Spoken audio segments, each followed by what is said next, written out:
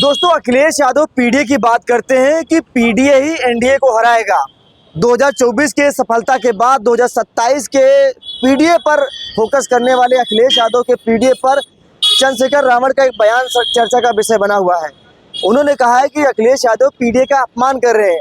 PDA पिछड़ा दलित और एक मतलब उन्होंने बताया है अपमान। इस पर बातचीत करने के लिए हमारे भी राय साहब उनसे बातचीत करने का प्रयास करेंगे। अखिलेश यादव कह रहे हैं कि पीडीए की बदौलत से उन्हें 2024 के लोकसभा चुनाव में बहुमत मिला है। यही पीडीए 2027 में भाजपा को सत्ता से उखाड़ फेंकेगा। उस पर पलटवार करते हुए चंद्रशेखर रावण ने कहा है कि पीडीए का मतलब है पिछला दलित अपमान हो रहा है दलितों का। अब कारण ये है कि चंद्रशेखर भी बहुत बड़े विद्वान है। शब्दों का जितना अंतः ज्ञान उनके पास है, शायद हिंदुस्तान में हेनरी डेविड थोरो भी इनके सामने फेल हो जाता है।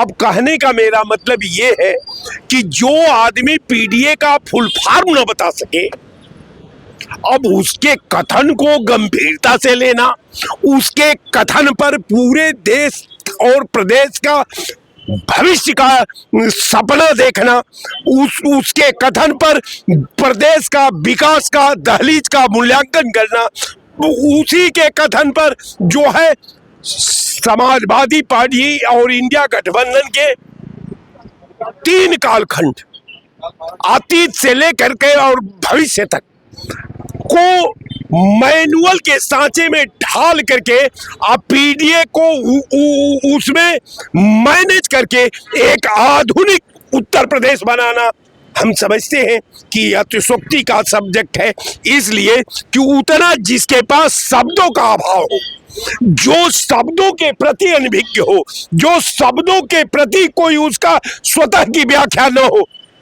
ऐसे लोगों को पीडीए के दहलीज पर अगर गंभीरता से लिया जाए तो हम समझते हैं कि उस शब्द का अपमान है, उस शब्द की परंपरा का अपमान है, उस शब्द में उसके अनुयायियों का सपना का अपमान है।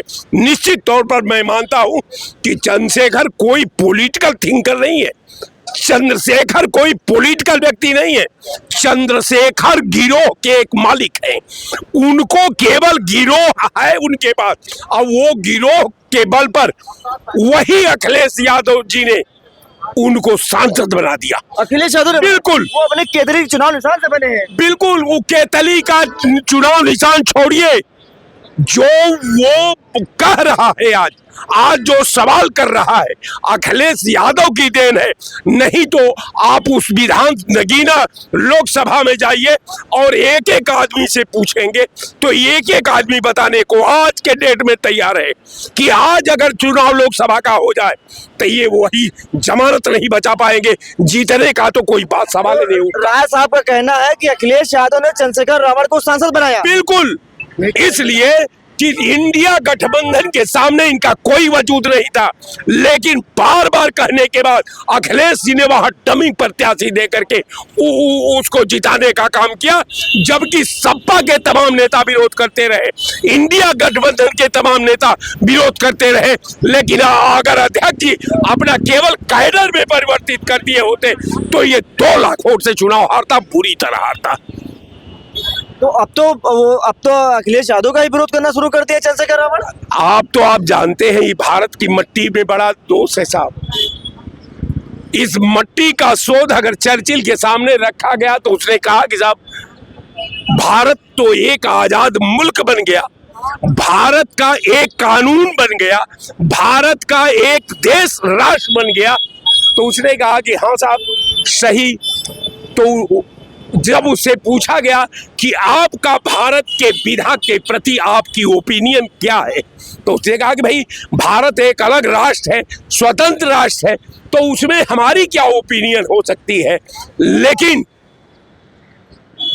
फिलासफर भी था, आप फिलासफी की दृष्टिकोण के जब मानक को अवलोकन किया चर्चिल ने, तो उसने कहा कि जरा मसलन हमारे कमर के नीचे डालो, मैं बताता हूं कि क्या है भारत का भविष्य। जब वो जमीन छूता है। एक सवाल ये बताइए, चंद्रशेखर रावत दलितों को अपना सबसे बड़ा नेता मानते हैं, राय साहब ये बात मानते ही नहीं मानते, वो कहते हैं दलितों के बड़े नेता अपने। एक एक दलित और बैकवर्ड दोनों दल की मैं बात करता हूं। एक घटना बताइए मोदी सरकार में कि जहां दलितों पर जुर्म हुआ हो, जहां बैकवर्डों पर जुर्म हुआ हो, जो दलित और बैकवर्ड के ठेकेदार हैं, किसी घटना में अपनी एंट्री करा दिए हो तो फिर हमसे बात करिएगा। कहने का मेरा मतलब, यह हथरस में कहां थे, मिर्जापुर में ये कहां थे, ये झांसी में कहां थे, ये देवरिया में कहां थे? दलित के तो अब ठीक है, मैं मान लेता हूं कि अब दलितों का आप ही नेता, लेकिन आपकी एंट्री कहां है जब दलितों का छीनन हो रहा है, जब दलितों का उत्पीड़न हो रहा है, जब दलित लड़की को 2 बजे रात को टायर पर जला दिया जाता है, तो आप कहां थे? आप थे कि नहीं थे? तो कहने का मेरा मतलब ये है कि वो बात छोड़ दीजिए, सवाल दलितों की बात आती है। सवाल जो है, ये देश एक सामूहिक जातियों का जमघट है, एक दूसरे का पूरक यहाँ के लोग हैं। अगर यादव का भूमिहार से रिश्ता है, भूमिहार का हरिजन से रिश्ता है, हरिजन का ठाकुर से रिश्ता है, ठाकुर का मुसलमान से रिश्ता है, तो ये वर्णमाला है भारत। तमाम सारे लोग ये बात कहते हैं, उन्हीं के समाज के लोग कहते हैं कि मायावती अब थोड़ा कमजोर पड़ गए, इसलिए चंद्रशेखर रावत दलितों की लड़ाई लड़ रहे हैं। सही बात तुलसीदास ने मानस में लिखा। उन्होंने कहा कि जिस समुदाय को जिनको प्रभुता ऋण दुख देना ताकि मत आगे हरलेना। मैं फिर आपसे कह रहा हूं कि अगर इस तरह की बात अगर कहीं आती है, अगर चंद्रशेखर रावत पर दलित चढ़ता है, तो सिर्फ राजनीति की एक गलती दलितों का, एक गलती, एक बार इब्लिस ने अल्लाह का फरमान का विरोध किया, कहा कि मैं नूर से पैदा हूं, ये मट्टी से पैदा है, इसलिए मैं आपकी इसका सलाम नहीं कर सकता। इब्लिस दार्शनिक था, उसने अपने आत्मकथा में लिखा, उसने लिखा कि सिर्फ जो पूरी भावनात्मक वेदना थी, उसने कहा कि 100 साल शैतान मारा, एक सिजदा के न करने से अगर हजारों साल सीधा में सर मारा तो क्या मारा। फिर ये गलती अगर कौम करेगी तो इसका खामियाजा सदियों तक भुगतना पड़ेगा, उसे कोई बचा नहीं सकता। इसलिए मैं मानता हूं कि दलितों का मायावती जी से बड़ा कोई नेता नहीं है। दलितों को अगर जाते में रहना है तो मायावती जी के साथ रहना चाहिए। चंद्रशेखर नेता नहीं है, न चंद्रशेखर नेता हो सकते हैं। आपने कहा कि चंद्रशेखर नेता नहीं है, आपने देखा होगा कोई भी राज्य में चुनाव होता है, चंद्रशेखर रावत खोल देते हैं अपनी दुकान खोलने के लिए। मैं झारखंड गया था, बताइए झारखंड तक वो चुनाव लड़ने जाते हैं, उत्तर प्रदेश में लड़ते हैं, पूरे हर जगह चुनाव लड़ते हैं। आप कहते बड़े नेता ना होते तो झारखंड क्या करने जाते? आप घबराइए मत, मायावती जी से बड़ा कोई नेता नहीं है दलितों का इस समय पूरे देश के अंदर। कारण ये है कि बकवास करना अलग बात है। अगर पूरे हिंदुस्तान की अगर पॉलिटिकल दहलीज में एक एक नेता का आप अवलोकन कर लीजिए जो दलित कौम से बिलोंग करता है, तो आज के डेट में मैं निसंकोच कह दूं कि मायावती से बड़ा कोई नेता नहीं है।